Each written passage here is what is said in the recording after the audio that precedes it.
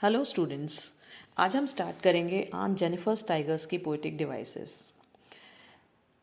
पहले जो हमने की थी माय मदर एट 66, अगर आप चाहते हैं कि उसकी पोएटिक डिवाइसेस आपने देखनी है तो आप वीडियो चेकआउट कर सकते हैं वो। We are going to start with on Jennifer's tiger. On Jennifer's tiger prance across a screen, bright topaz denizens of the world of green, they do not fear men beneath the tree, they pace in sleek chivalric certainty.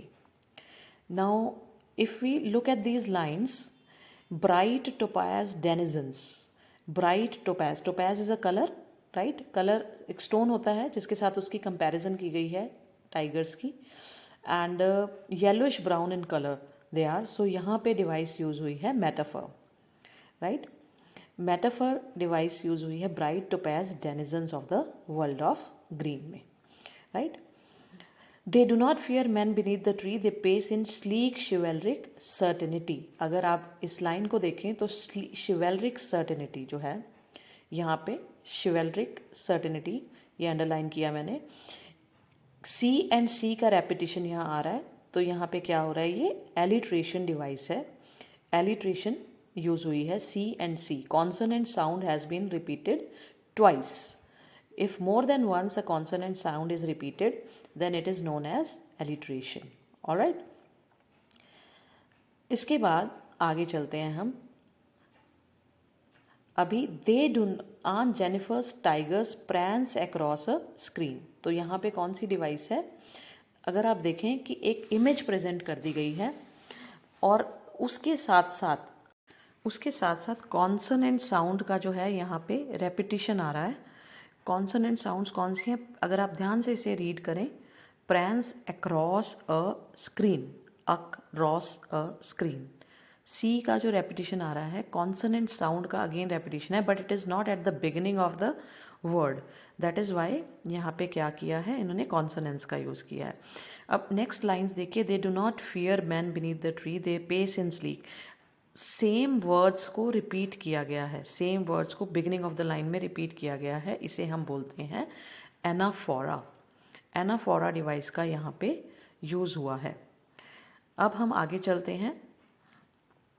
इसके बाद sleek chivalric certainty, एक तरफ से आपने sleek बोल दिया, दूसरी तरफ से आपने वर्ड यूज़ किया शिवेलरिक, तो दोनों जो वर्ड्स हैं ऑटोमेटिकली एक दूसरे से कंट्रास्ट हैं, एक दूसरे से ऑपोजिट वर्ड्स हैं। स्लीक क्या होता है? Sleek is basically very sophisticated, very nice, और जो शिवेलरिक है, शिवेलरिक इज़ ब्रेवरी बेसिकली।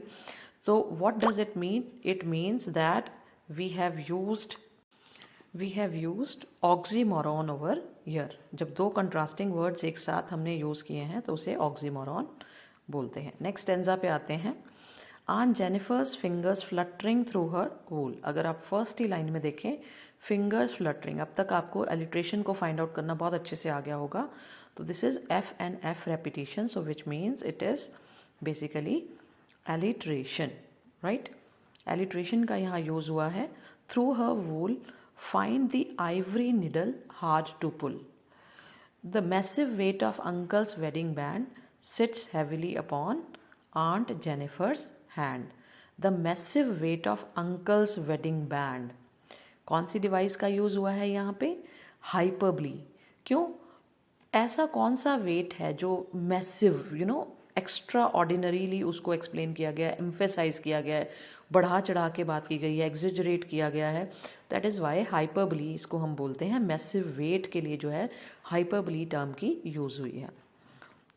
अगर आप यहाँ पे आप देखो, दो लाइंस ऊपर वाली हम पढ़ते हैं तो इसमें क्या है, इसमें आपने देखा कि फर्स्ट लाइन के बाद कोई कॉमा, कोई फुल स्टॉप, कोई पंक्चुएशन मार्क नहीं है, तो basically it is known as enjambment. जब फर्स्ट लाइन के बाद सेकेंड लाइन कंटिन्यू हो रही है और कोई पंक्चुएशन मार्क नहीं आया तो वहाँ पे इंजैबमेंट यूज़ हुआ है।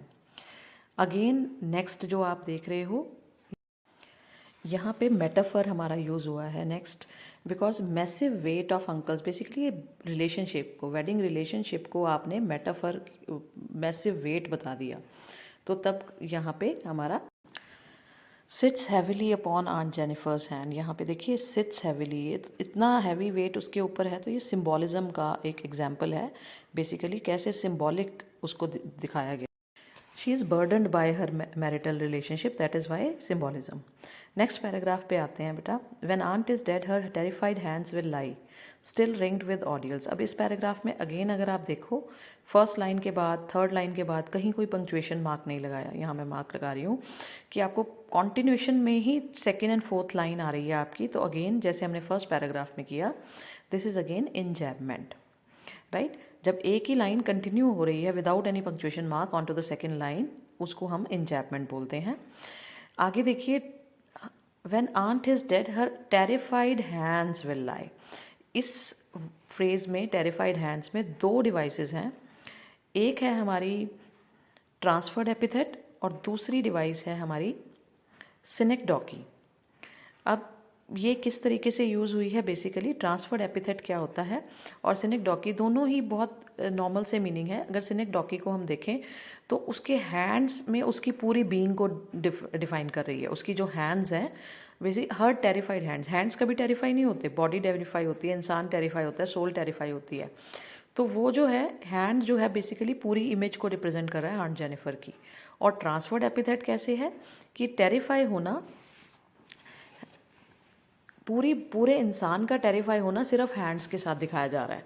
तो दोनों देखिए, दोनों ही डिवाइसेस यहाँ पे जस्टिफाई होंगी हमारी, both transferred epithet as well as synecdoche, right. तो इसको हम इस तरीके से हम स्टडी कर सकते हैं। आगे अगर हम चलें, इसके बाद हम देखते हैं कि prancing, they will go on prancing proud and unafraid. तो यहाँ पे एलिट्रेशन, ये तो अब तक आपको समझ आ गया होगा, prancing proud and unafraid. I hope I have cleared all the concept of literary devices in the poem Aunt Jennifer's Tiger. अगर फिर भी कुछ ना समझ आए तो you can comment and ask again. Thank you so much.